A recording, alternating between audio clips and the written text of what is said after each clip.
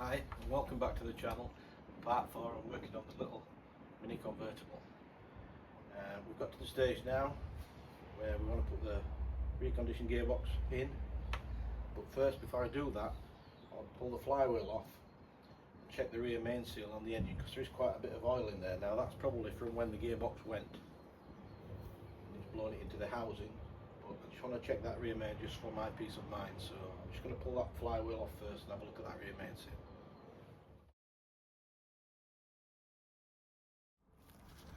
So now you can see with the flywheel off how much oil has been flying around here. I don't know whether that's from the gearbox or whether it's from this rear main. It doesn't look too bad, to be fair, but I think I'm going to change it while I've got it off anyway. So next thing I do is pull that rear main out, which is this one here. Put a new rear main seal in for the sake of what it'll take to do it. That's the next job. So here we are, cleaning the area off with some brake and electrical cleaner. Cleaning all that area off, getting all the grime off. Then removing the rear main seal, tapping a screw into the seal, a little self-tap, and pulling it out. Once you pull the seal out, you get a little oil leakage, but not a lot.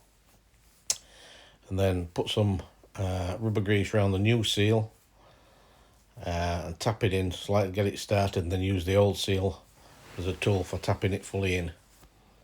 And then it's on with the flywheel and torqued up to the original spec. Right, so now the clutch and flywheel's on, the rear main seal's done. The next job is to put the gearbox on. So I'm just going to need some sort of strapping to strap it to the jack to lift it up, just to take the weight so I can wriggle it on. So that's the next job. Right, so as you can see now, the gearbox is back in. Just needs all torquing up. I'm going to actually fasten the bracket for the two cables and connect the two ball joints up for the linkage, and we'll see if we get some gears now. So let's do that first.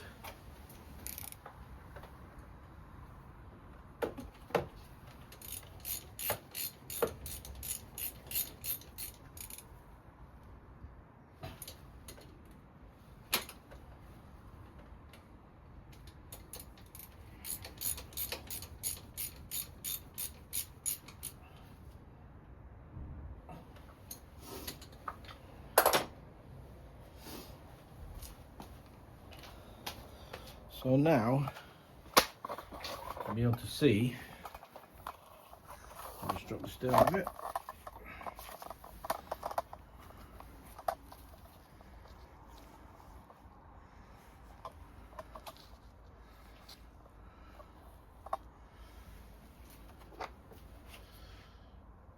So the bracket's now on. You can see that's the linkage. So we put one ball joint on here, just press them on. That's one. And the other one, so you can see that one. Can't really see it. Just that one there. That one pushes on. So now we should have some movement on the gear stick to find the gears.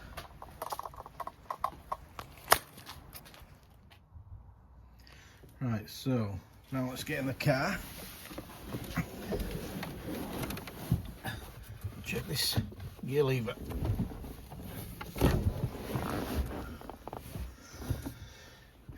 So, which feels good. First, second, third, fourth, fifth, reverse. Springing back as it should. So that all seems good. Like I said, we've got a good pedal for the clutch. Feels good. So the next job was back underneath, fastening all the bell housing bolts up and torquing them up to spec. The awkward one was the starter motor, the top starter motor bolt, because a little bracket goes on that causes a few problems, but I've got to get it lined up first. So once I've got that in, Got the starter motor fastened on and all torqued up. Right, that's the bell housing all torqued up. Starter motor on. So before I start building the rest of it up, putting all the things on the top like the battery box and whatever, there's one little job I want to do, which is change the oil filter. Because I'm going to drop the oil out of this, but it's a bit of a pig to get to the oil filter housing. So there it is, a little cartridge. I'll show you underneath how to get that off, if I can show you with the camera. Now you can do this from above, but it's easier because I've got the subframe off. It's easier to get to here. Just get that span on it. Sometimes they're tight, sometimes they're... Oh, it's quite slack, that one.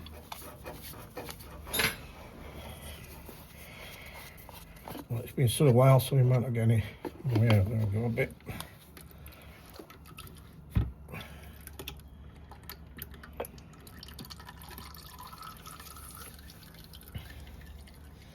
And that's the cartridge.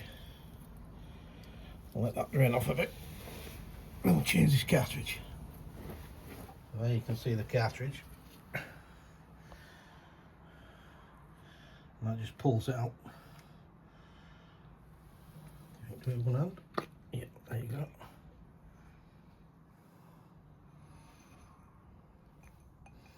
It's been a while since that's been changed. In fact, that can go in there.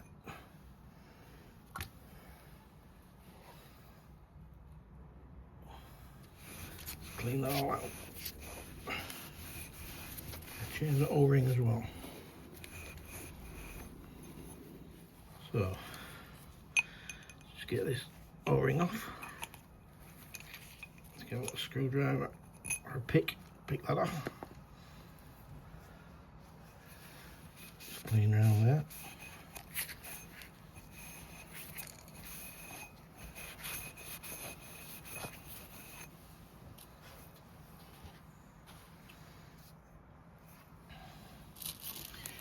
New O-ring.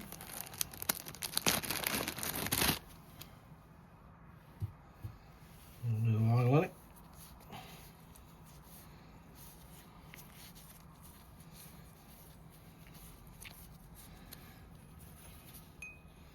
Place that back on the groove. And that.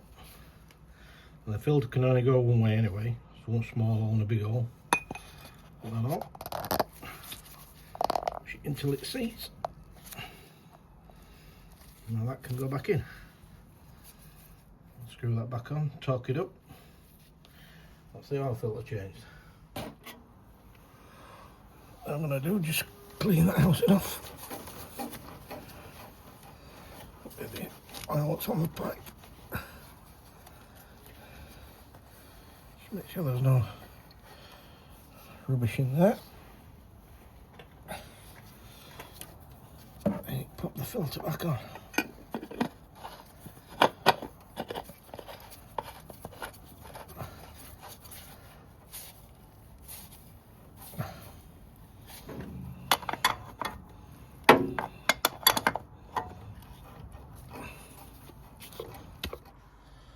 Right, so the next job we're going to do is bob the drive shaft in, the right hand side one. We'll bob a little bit of oil on the end here, just where it goes through the seal, and a bit of copper slip on this where it goes into the hub.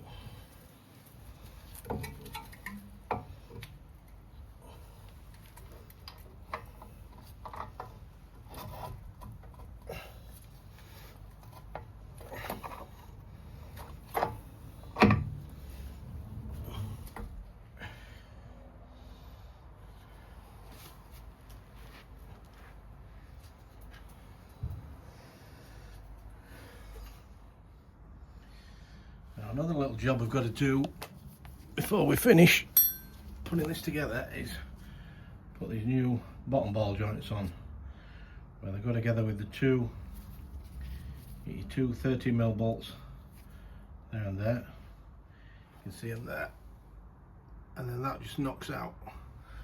Put the new one on. We'll do that.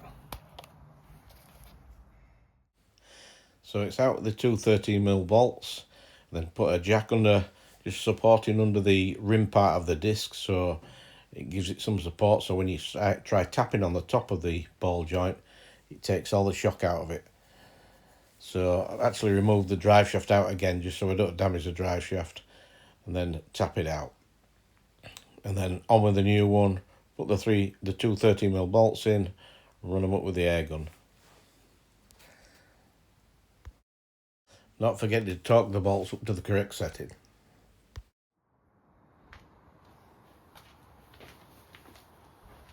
Right, so that's the drive shaft back in the Mini. New one at that side. So that one was shot, that one was okay. So we've done that. We've put the bottom ball joint on at that side. That side is fine, is that one, so I'm going to leave that one for now.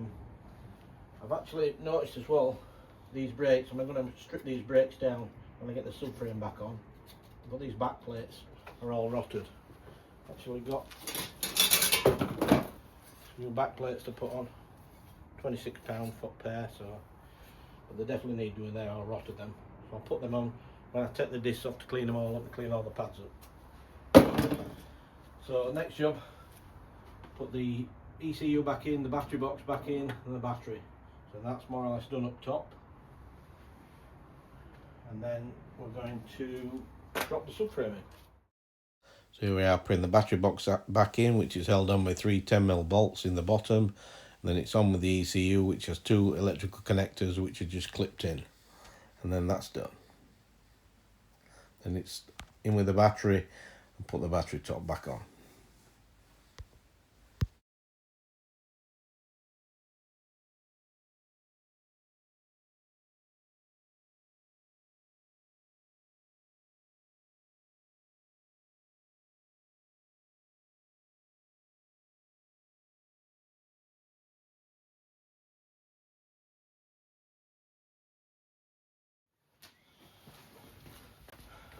Right, so the next job on the Mini, we're going to do the put the new oil into the gearbox using this little syringe. So open it up, pour the oil in.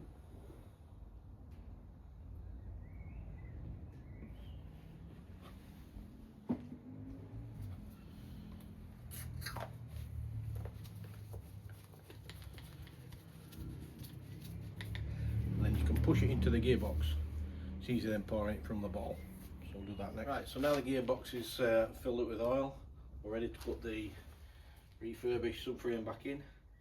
So I'll get it set up on the jack with blocks, lift it up so far, put it on axle stands, then get a block underneath and can raise it right up and get the mounting bolts in. So that's the next job. So where I am placing the subframe on the jack, pushing it under the car, and then what we're going to do is raise it up so far, which then what we'll do is put them on axle stands, lower it onto the axle stands, then get the jack under again so we can raise it even higher. So with that way then you can get the mounting, or a couple of the mounting bolts in to secure it in place, then lift it up fully then. So keep raising the subframe up with the jack, gradually tightening the bolts as you go. Thing you've got to watch out for here is the power steer reservoir bottle, which goes behind the engine, between the engine and the bulkhead, but it can get trapped as you're jacking up the subframe, so you've got to keep watching it as you jack it up. But once you get up to the top and you nip the nuts up, then you can fasten the bottle in place and then remove the jack and torque all your bolts up.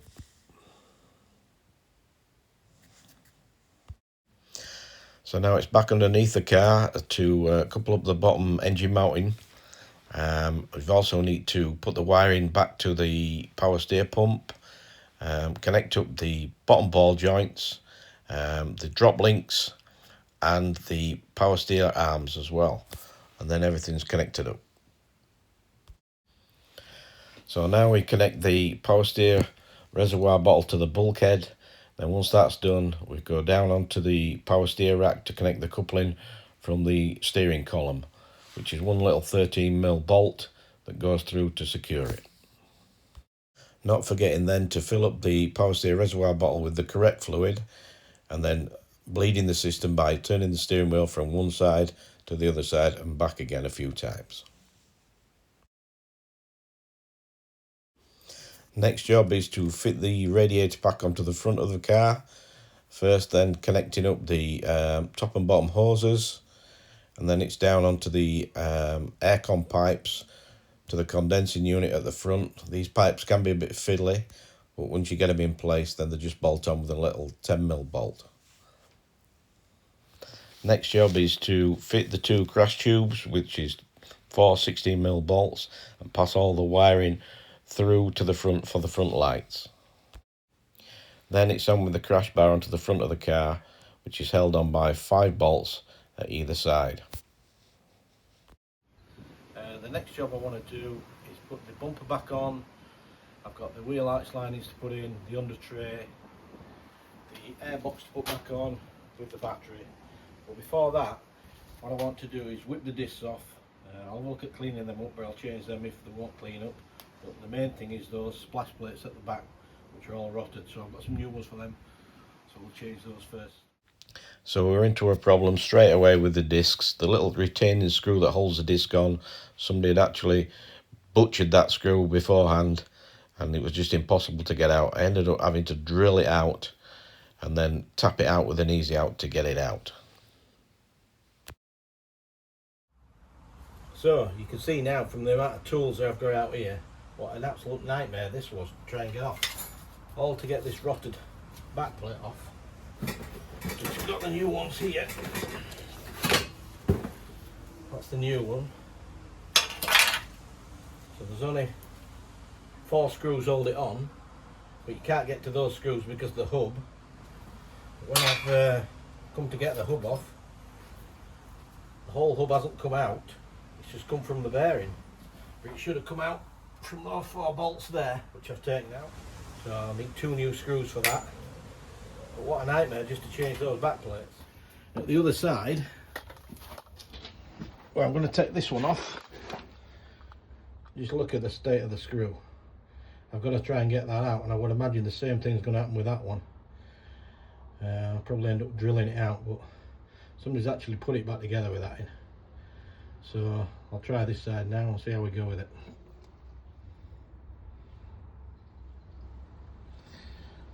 Well, luckily I've got this one out. This one came out with a bit of a chisel, but look at it, it's absolutely shot. Can't put that back in, but that one's come out easy. So I'll strip this side down now. So it's on with the same procedure at the other side, which was the caliper off, the disc off, hub out, which came out easy because it was a new one at that side, put the new plate on, and then build it all back up. Right, so I wasn't happy with the hub when I stripped it down before, because it actually came apart. It should stay as one piece, which I wasn't right happy about. I could have built it back up and pushed it back together. And I've got a new hub anyway. Plus that bolt needed drilling out and tapping as well, which we somebody butchered it before, but we managed to get it out so I could get the disc off. What I'm going to do is, for the sake of taking the bottom ball joint off again and the tie rod, 4 bolts, it's out. These are what, 24 quid for one of these, plus it's got a new one on the other side as well, so I think it's best just to fit a new one. And as well, that new magnetic strip which the sensor runs on will be perfect anyway, so we'll do that next.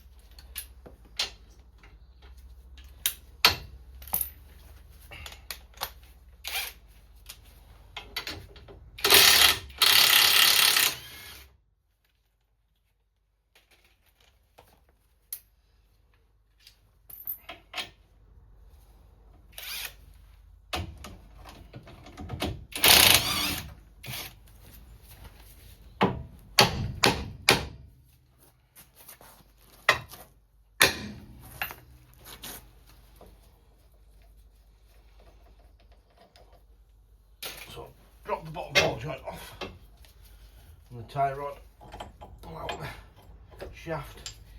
See the back half of the bearing there with that magnetic strip on. But all that should have come out as one. All to change this back plate, the 4 bolts are at the back of the hub. Crazy. So I'll drop this off now.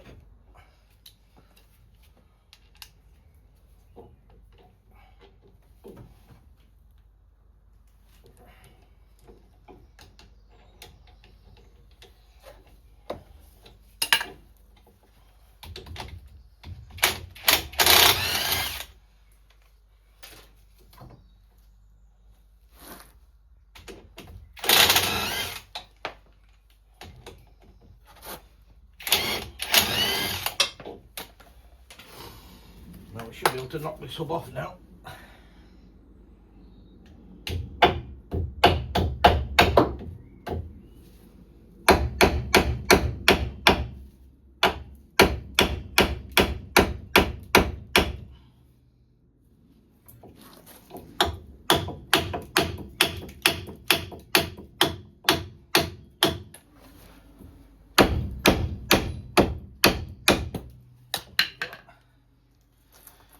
So that's the hub,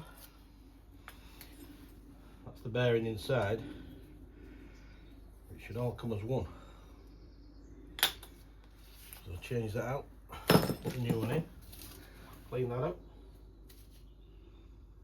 cut your finger at the same time. There's a sharp edge there. So we'll tidy that up. So, moral of the story, don't check a rough area with your finger. Sliced it, brilliant. There's a rough edge just there where it's been sat, so I need to grind that off. I'm going to go in easier.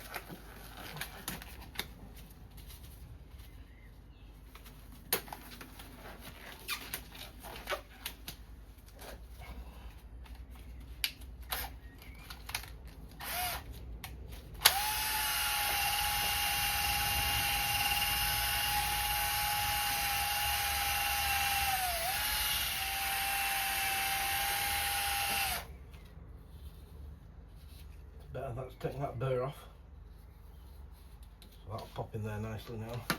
One thing I want to do as well is clean out that hole where the sensor goes. Sensor drops into that hole, but it's quite tight, that.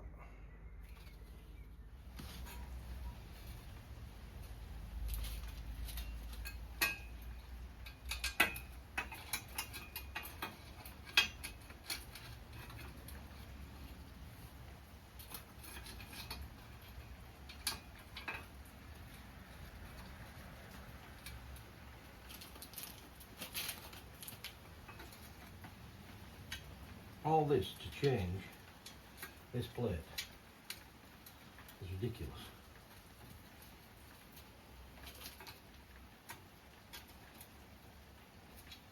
Sometimes I wonder who designs these things.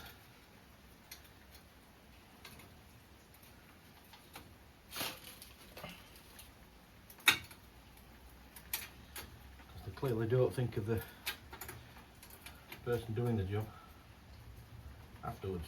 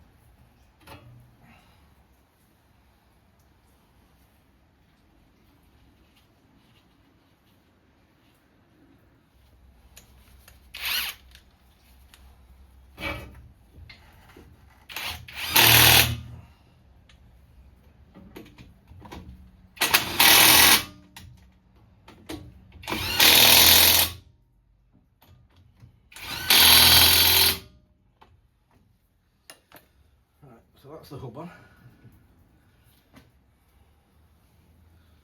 I'll put the sensor wire in now.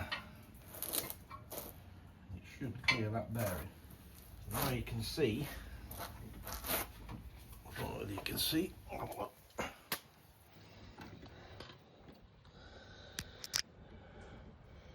see the sensor sticking through and it running on that little strip. So I'll get all that torqued up now.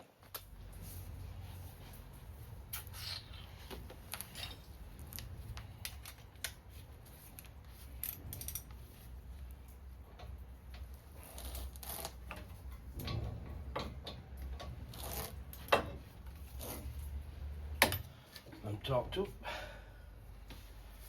Let's drive shaft back in.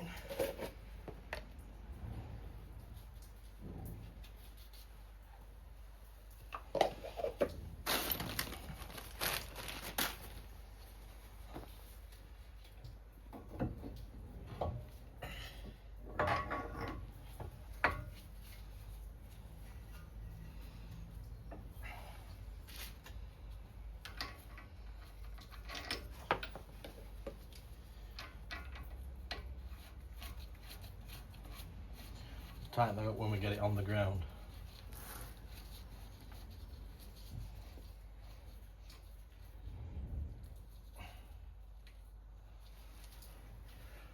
Bottom ball joint on.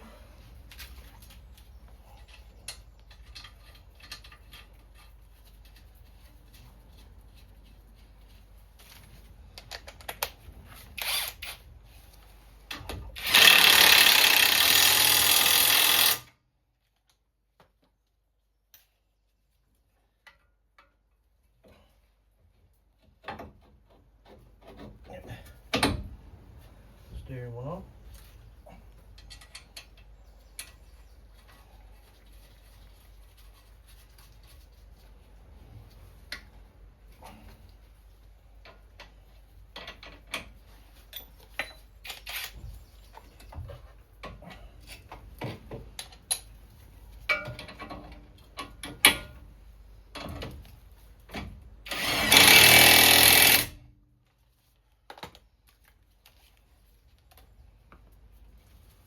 Top these up.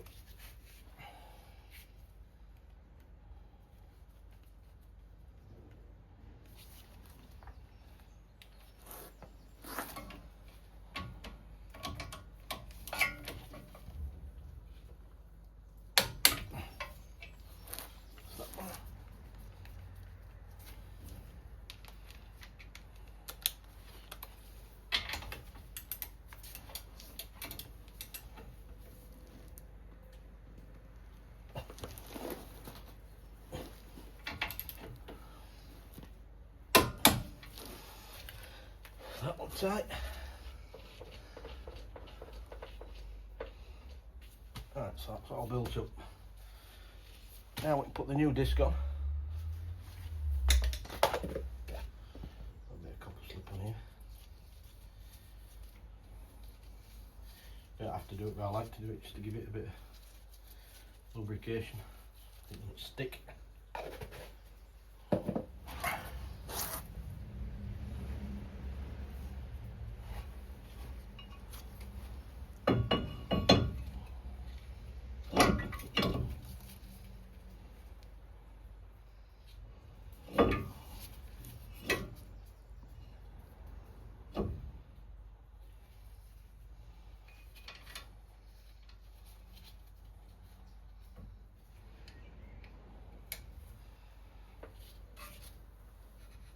Torque that up in a second. So the next job is on with the caliper bracket, which is being cleaned up. Put a bit of copper grease on where the pads run. Then it's onto the caliper, removing the old brake pads that's in there. Put some new ones in. Make sure there are a bit of copper slip on the corners where they run and the runners. And then put the caliper on. Cleaning up the pins where it slides on and putting a bit of copper grease on those as well.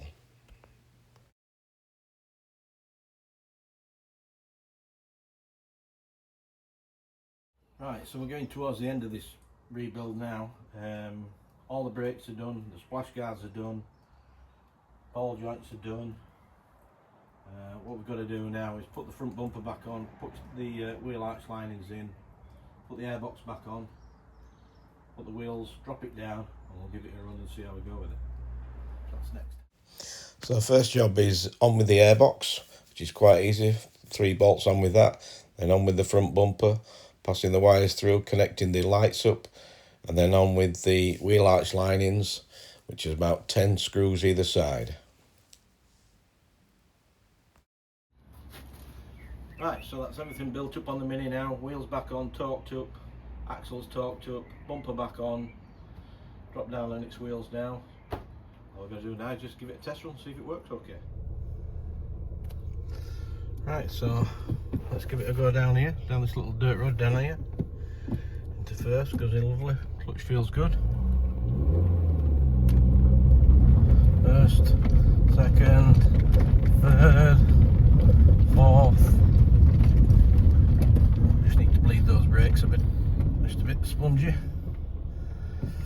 Reverse gear, straight in now. Oh yeah, brilliant. All drives nice that.